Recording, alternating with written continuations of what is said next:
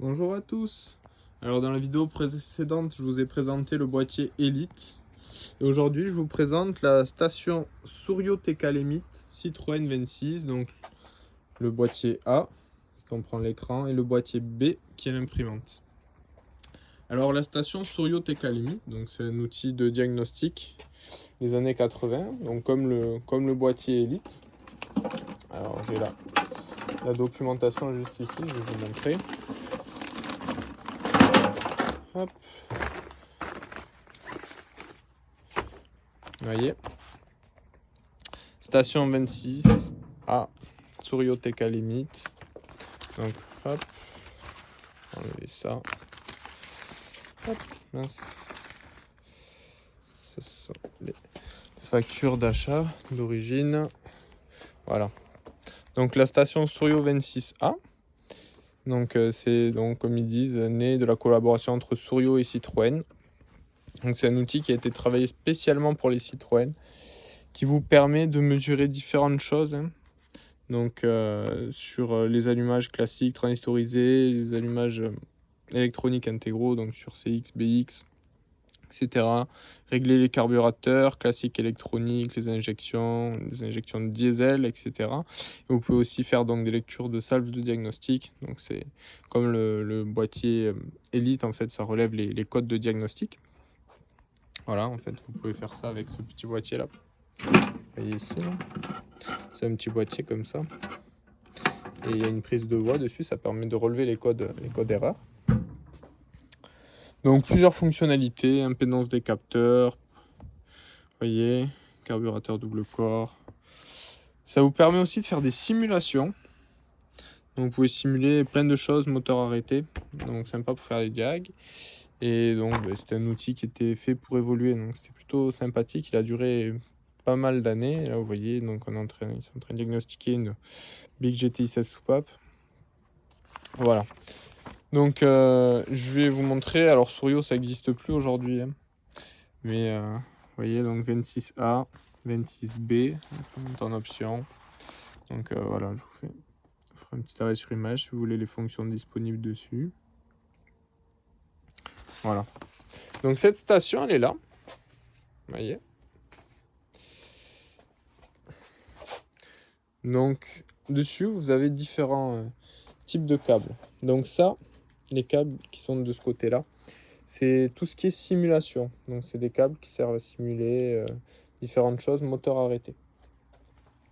De ce côté-ci, vous avez la prise sur laquelle vient se greffer différents adaptateurs. D'accord. Et ça, c'est la prise qui vient faire les diagnostics. Voilà, donc moteur tournant sur un véhicule. Voilà. Ensuite, vous avez divers capteurs. Ici, vous avez la pince diesel. Je vous la montre comme ça sera fait. Elle vient capter les impulsions par une microdilatation, donc des tubes d'injecteurs sur les diesels. Ici, donc vous avez, c'est moi qui les ai stockés là, mais c'est les petites pinces qui viennent se mettre sur les fils ici. Donc vous avez des pinces pour venir mesurer le courant. Donc ça, par exemple, c'est la pince capteur premier cylindre. Voilà. Vous en avez différentes. Vous en avez une deuxième, je sais plus ce que c'est. Une troisième, je sais plus non plus ce que c'est. Faut que je relise mes notes. Ensuite, ici, là, vous avez une sonde de température. Puisque en dessous de 70 degrés, la machine ne lancera pas de test. Vous pouvez le forcer, mais elle ne lancera pas le test toute seule, puisque voilà, sa température de bon fonctionnement, c'est au-dessus de 70 degrés. Là, vous avez tous les câbles qui descendent par cette gaine ici.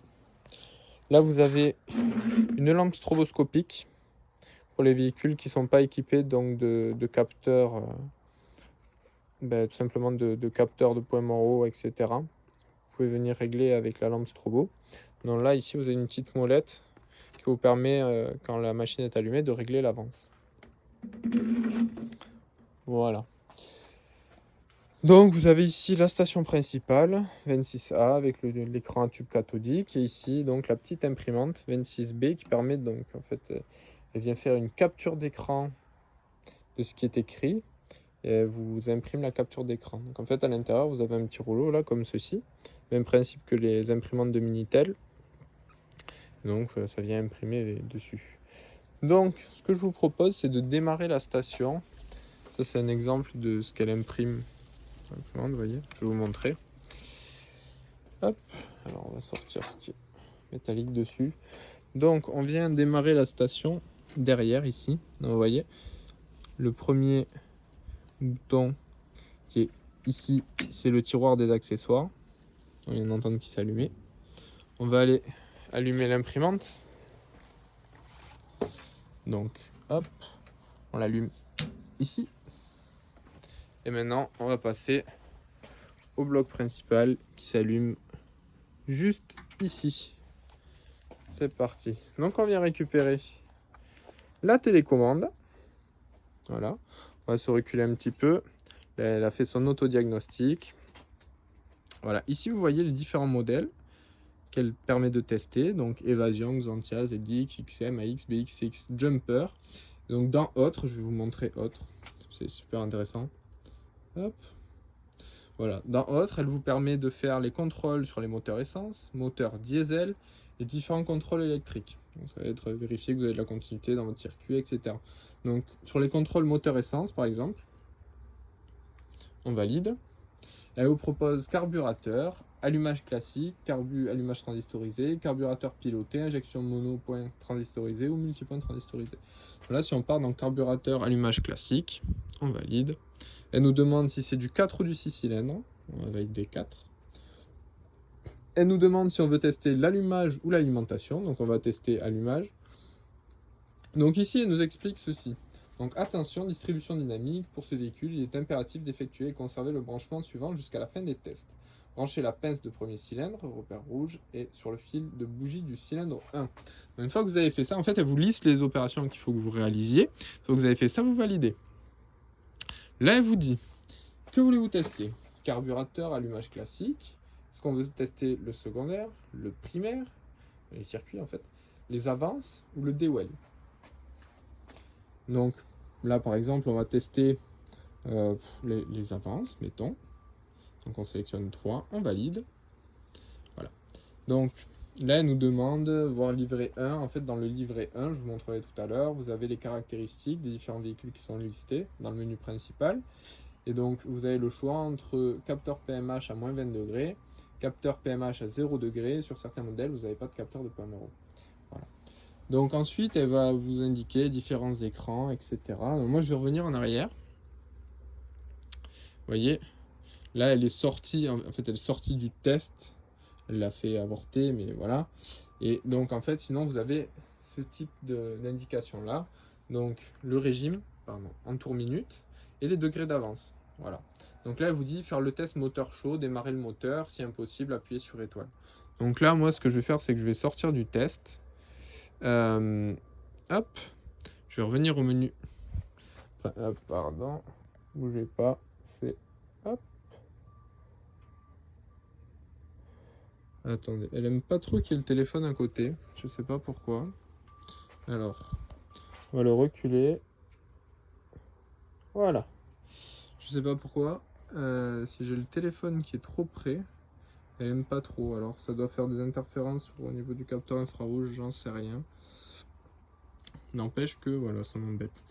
Donc là, je vais vous montrer un petit peu, par exemple, le menu XM, parce que c'est vachement intéressant.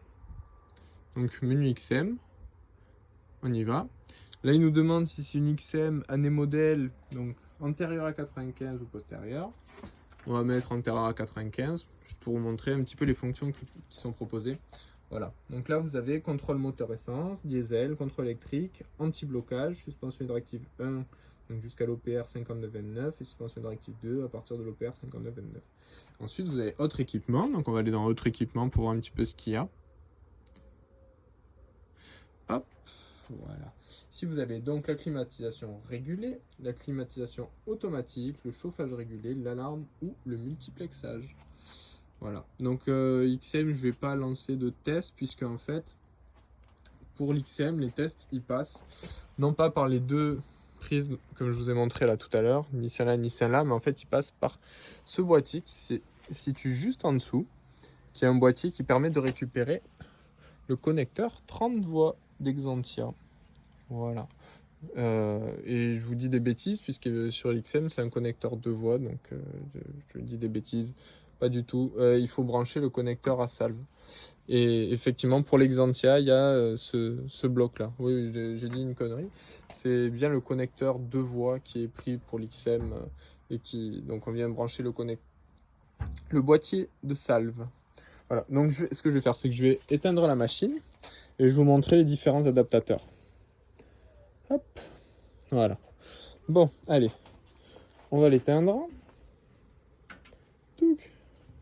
Donc maintenant ici, j'éteins le boîtier accessoire et en dernier lieu, l'imprimante. Clac, voilà. Donc la machine est hors tension. Je vais maintenant vous montrer les différents connecteurs que l'on a. Alors ça, je sais pas ce que c'est. 4112T. Si quelqu'un dans les commentaires a la réponse, je suis preneur. J'ai pas réussi à trouver à quoi ça servait. Mais vous voyez, c'est des connecteurs. C'est ça là. Il y a 4112T. Il y a le A, le B, le C. Et c'est des connecteurs, calculateurs, mais pourquoi faire, je ne sais pas. Donc si quelqu'un a la réponse, je suis preneur. Dites-le moi dans les commentaires. Voilà. Et ensuite, là, ici, on a donc la valise de connecteurs ici, de la 26A. Donc, on va l'ouvrir ensemble. Donc, ici. Hop. Donc, j'ai les différentes documentations. Donc, lecteur de salle rapide, c'est ce que je vous disais. Le petit boîtier qui permet donc de se connecter pour relever les codes défauts. Donc, voilà. Alarme, etc.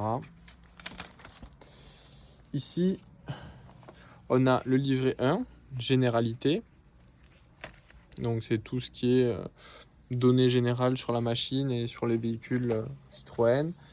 Moteur à carburateur, donc les différents réglages et comment les effectuer. La même chose pour les moteurs à injection. Ensuite, un livret qui récapitule les autres utilisations possibles de la station. Voilà.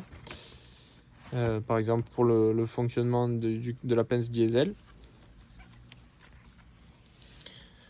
Donc ensuite, le livret pour le fonctionnement de l'imprimante.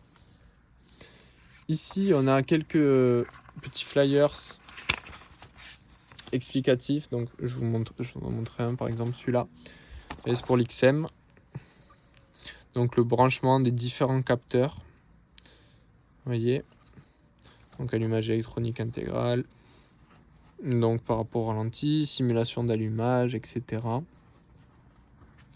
Donc on peut tester plein de choses. Donc ce ne sera pas comme les outils d'aujourd'hui, c'est clair. Ça va pas vous dire le problème il est là de suite, mais ça va vous donner énormément d'indications. Vous voyez, là on a le tableau raccordement du câble de sonde lambda, puisqu'on peut mesurer aussi les données de la sonde lambda. Capteur de les prélèvements des signaux, donc sur BX, GTI, soupape, etc. Voilà, sur CX, raccordement capteur de cliquetis. Et donc en fait tout ça, ça se fait avec les adaptateurs qui sont là. Donc là vous avez plein d'adaptateurs qui vous permettent de tester plein de choses en tout genre. En fait, vous avez le récapitulatif juste ici. Si vous voulez regarder, faire une pause dans la vidéo, vous voyez. Et ici, hop, le reste. Voilà. Donc là, vous voyez, il y en a une couche. Il y en a une deuxième couche ici. Encore une couche là. Couche en dessous. Alors ça, vous voyez, ça ici, par exemple, c'est l'adaptateur qui permet de se brancher sur les prises diagnostiques des BX série 1. Donc j'ai essayé moi sur la mienne. Donc sur BX série 1, en fait, ça vous permet de checker l'allumage. Donc je l'ai branché sur ma TRS et ça fonctionne. Donc j'étais plutôt content. Voilà. Là il y a un petit adaptateur. Alors celui-là, je sais pas à quoi il sert spécifiquement. C'est sûr, il a une fonction spécifique. Je vais vous montrer. Et ça, c'est une prise de Xantia, enfin un 30 voix, mais avec un seul petit pin. Et cet outil, il s'appelle 4144T. Alors pareil, si vous savez pour quel type de diag il sert, parce que c'est vraiment spécifique, bah, dites-le moi, je suis preneur de cette info. Là, vous voyez, pareil, on a les petites pinces, vous voyez, qui viennent comme ça, là, pour se pincer direct sur les fils. Voilà. Et ensuite, il y a ce que je vous ai montré tout à l'heure, dans ce tiroir-là. Là, par exemple, ici, vous avez ce petit câble qui vient se brancher sur le connecteur à salve. Ah oui, donc le fameux boîtier qui est dessous. Ici, là. Ça, là, ce boîtier, là. Où j'ai branché la prise Xantia. En fait, je vous ai dit une bêtise. On peut brancher ce câble-là. Ce câble-là, il a le connecteur 2 voies. Vous voyez, pour faire là, une diagnostic sur XM. Ensuite, il y a ces adaptateurs-là. Alors, pareil, si quelqu'un sait à quoi ça sert, je suis preneur. C'est le 4124TH. Je sais pas. Je sais pas à quoi ça sert. Là, j'avoue que... Et idem pour le 4124TG. C'est connecteur rond cette fois. Je sais pas du tout à quoi ça sert. Donc si vous avez l'info, faites-le moi savoir et je suis preneur. Là, ici, donc le petit boîtier comme je vous disais, donc avec un connecteur 2 voies, comme ceci. Voilà. Et ici, ce gros boîtier qui sert à mesurer, je ne sais plus quel paramètre. Il faut, ouais, je sais plus à quoi sert ce boîtier. Pareil, si vous avez l'info, je suis preneur. Voilà. Et écoutez, j'espère que cette vidéo vous aura plu, la petite présentation de la station Citroën 26. Et je vous souhaite à tous une agréable fin de journée. Au revoir.